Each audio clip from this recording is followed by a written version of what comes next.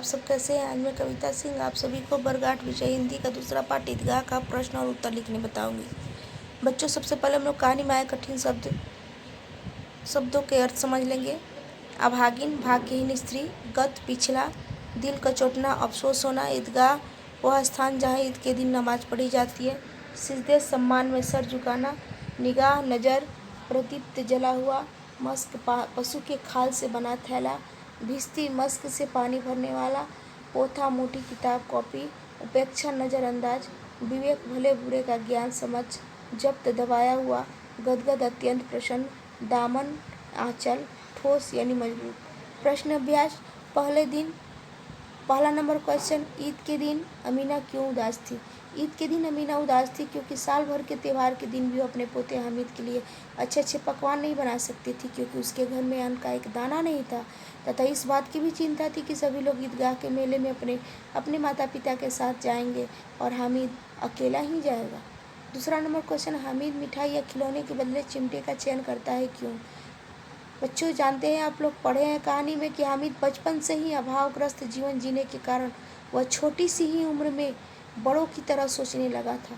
उसने सोचा मिठाइयों से केवल तो जीभ में स्वाद क्षण भर के लिए होगा, खिलौने भी मिट्टी के बने हैं जो तुरंत फूट जाएंगे और पानी पड़ते ही कभी उनका रंग उड़ जाएगा, लेकिन चिमटा न तो कभी टूटेगा न फूटेगा और यह दादी को भी काम आएगा, क्योंकि दादी को रोटी सेकते समय दादी की उंगलियां जो है नहीं जलेंगी। यह सब बातें सोचकर हामिद चिमटा का ही चयन करता है। तीसरा नंबर, मेला जाने से पहले हामिद दादी से क्या कहता है। उत्तर, मेला जाने से पहले हामिद दादी से कहता है कि तुम डरना नहीं अम्मा, मैं जल्द ही आ जाऊंगा। बिल्कुल भी नहीं डरना, क्योंकि हामिद को लगा कि उसकी दादी, मैं अकेले जा रहा हूँ तो उसकी दादी जो है डरेगी, चिंतित होगी, इसलिए उसने ऐसा कहा। चौथा नंबर, मेले में चिमटा खरीदने से पहले हामिद के मन में कौन कौन से विचार आए, वर्णन कीजिए। मेले में चिमटा खरीदने से पहले वह एक वयस्क बड़ों की तरह सोचने लगता है। वह सोचता है कि खिलौना मिठाइयों का क्या फ़ायदा, व्यर्थ में पैसे खराब होते हैं। यदि मैं चिमटा खरीदूंगा तो अम्मा हजारों दुआएं देगी, अम्मा सबको चिमटा दिखाएंगी, सभी लोग मेरी तारीफ करेंगे, दुआएं भी देंगे। इन खिलौनों पर कौन दुआ देगा। वह सोचता है कि बड़ों की दुआएं सीधे अल्लाह के दरबार तक पहुंचती है और तुरंत सुनी जाती है। जो भी हमारी मनोकामना हो पूर्ण होगी, यह सोचकर वह चिमटा खरीद लेता है। बच्चों, 5वां नंबर क्वेश्चन है, हामिद ने चिमटे को किन किन रूपों में उपयोग करने की बात की। हामिद ने चिमटे को बंदूक, फकीरों का चिमटा, मंजीरा और खिलौनों को तोड़ने वाला हथियार के रूप में उपयोग करने की बात कही है। 6वां नंबर क्वेश्चन है कि ईदगाह कहानी आपको कैसी लगती है, इसकी मुख्य विशेषता बताइए। बच्चों, आप ईदगाह कहानी को पढ़े हो, जिसको जैसी लगती है कहानी वैसे विचार इस प्रश्न के उत्तर में आप दे सकते हैं।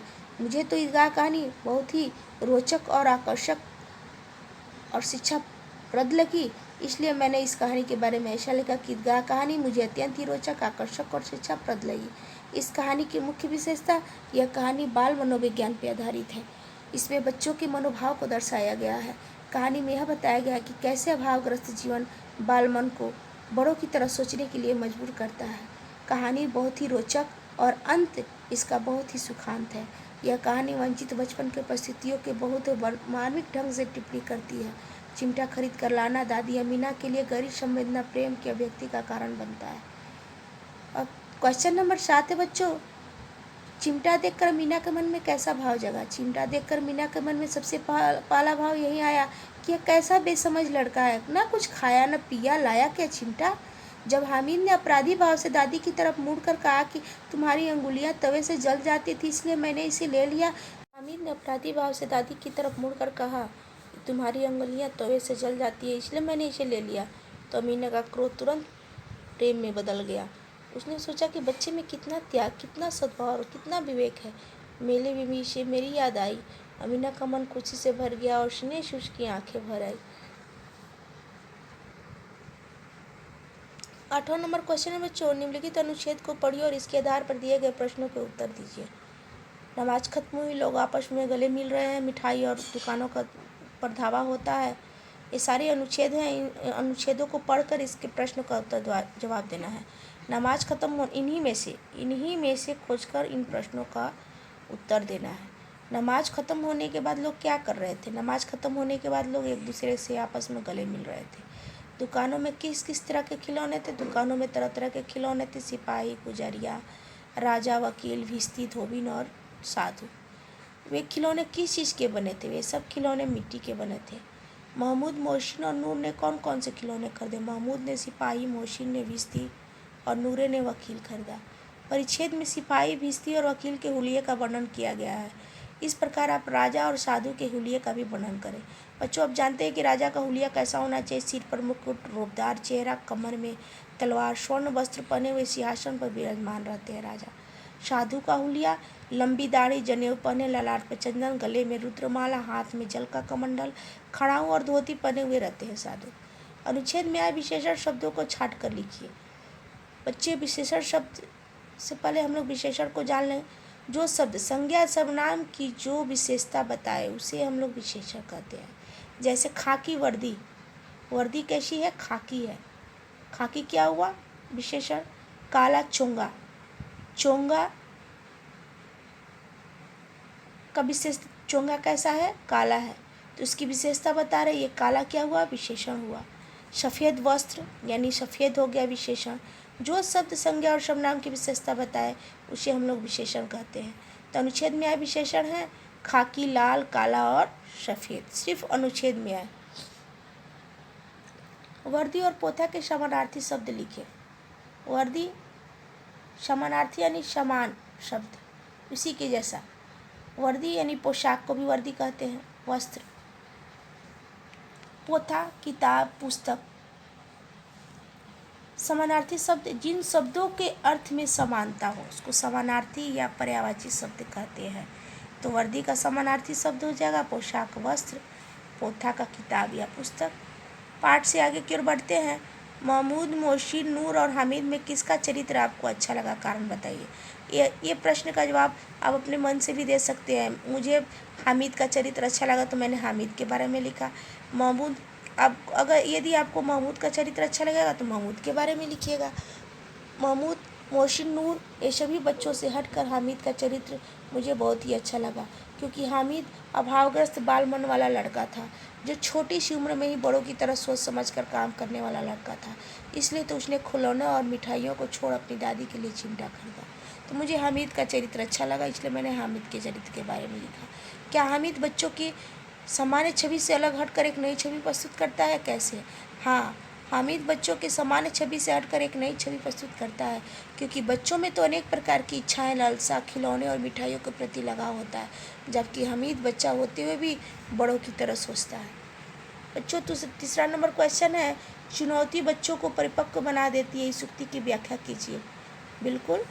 उत्तर, हामिद के पास कुल 3 पैसे थे और अन्य बच्चों की अपेक्षा कम था। कम पैसे में भी बच्चों से अच्छा सामान खरीदना उसके लिए सबसे बड़ी चुनौती थी। यह चुनौती हामिद को वयस्क की तरह सोचने के लिए मजबूर कर देता है, जिसके कारण वह अधिक मजबूत, अधिक उपयोगी चिमटा खरीदता है। बच्चों, अगला क्वेश्चन है, त्यौहार हमारे जीवन के अभिन्न अंग है, इस कथन की व्याख्या कीजिए। पर्व हो या त्यौहार हो, सब हमारे जीवन के अभिन्न, उनके बिना हमारा जीवन जो है नीरस है। त्यौहार हमारे जीवन में खुशी, उमंग, उत्साह और बहुत सारी खुशियाँ लेकर आता है। यदि त्यौहार हमारे जीवन में न रहे तो हमारा जीवन बोझिल और नीरस हो जाएगा। व्याकरण है बच्चों, वाक्य में प्रयोग कीजिए। मुहावरा, आप लोग मुहावरा का अर्थ आप लोग जानते, वाक्य में प्रयोग कीजिए। ऐसा वाक्य जो सामान्य अर्थ का बोध न कराकर किसी प्रभावशाली या विलक्षण अर्थ का बोध कराता है उसे हम लोग मुहावरा कहते हैं। जैसे दिया हुआ है, रंग जमाना, रंग जमाना यानी धाक जमाना। हामिद ने चिमटा खरीद कर सबों पर रंग जमा लिया। गदगद होना, बहुत खुश होना, चिमटा खरीदने के कारण सुनकर अमीना का हृदय गदगद हो गया। भेंट चढ़ना यानी मर जाना, हामिद के पिता हैजे की भेंट चढ़ गए यानी हैजे से उनकी मृत्यु हो गई। बाल बांका ना होना, कुछ नहीं बिगाड़ना, सभी खिलौने मिलकर भी हामिद के खिलौनों का बाल बांका नहीं कर सकते थे। पैरों में पर लगना यानी उत्साहित होना, त्यौहार के दिन बच्चों के पैरों में पर लग जाते हैं। कुबेर का धन मिल जाना यानी खजाना मिलना, बच्चे थोड़े पैसे पाकर उसे बार बार देखते हैं मानो वह कुबेर का धन पा लिए हों। इन सब के बाद बच्चों, आप सभी को ये सब प्रश्न और उत्तर समझ में आ गया होगा। आशा करती हूँ कि आप सभी को ये सब प्रश्न और उत्तर समझ में आ गया होगा। धन्यवाद।